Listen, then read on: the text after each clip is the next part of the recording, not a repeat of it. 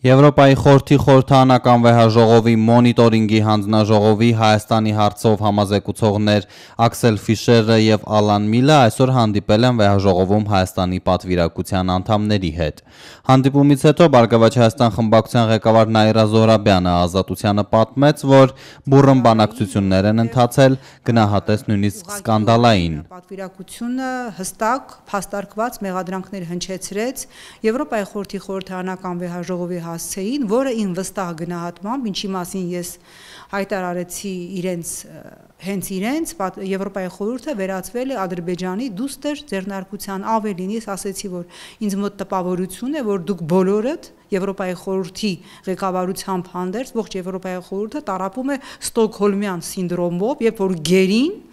իսկ Ադրբեջանը Եվրոպայի խորհուրդը գերի է վերցրել, սկսում է ջերմ զգացմունքներ տածել իրեն պատանդ վերցրածի տվյալ դեպքում Ադրբեջանի հանդեպ։ Իմ գործընկերները եւս թե Արմեն Ռուստամյանը, թե Տիկին Նաղդարյանը բավականին սուր շեշտադրումներ ներկայացրեցին։ Նաիրա Զոհրաբյանը վստահ է, ժամանակն է, որ Հայաստանը որպես պետություն արձագանքի եւ կոնկրետ քայլերով իր վերաբերմունքը դրսեւորի Եվրոպայի խորհրդի հանդեպ։ Իսկ իրենք չպիտի զարմանային, որտեղ իրենք մոնիտորինգի հանձնաժողովի անդամներ են եւ իրենք քվեարկել են իրենց գործընկեր զեկուցողների Ադրբեջանի մասով զեկույցին, այսինքն իրենք քվեարկել են մի զեկույցին, որպես նույն հանձնաժողովի անդամներ, ծանոթ չլինելով անգամ զեկույցի բովանդակությանը, կամ իրենց զարմանքը իրապես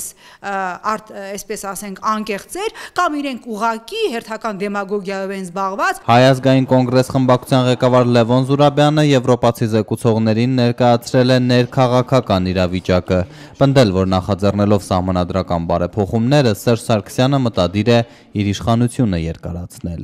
Բնականաբար ներկայացրեցի մեր քաղաքական ուժի տեսակետը, որ դա ըստ էության երրորդ նախագահական պաշտոնավարման արգելքը շրջանցելու ձև է եւ անցումը դեպի խորհրդարանական հարաբերություն պայմանավորված է միայն սեփական իշխանությունը, անձնական իշխանությունը ամրապնդելու նկատառումով։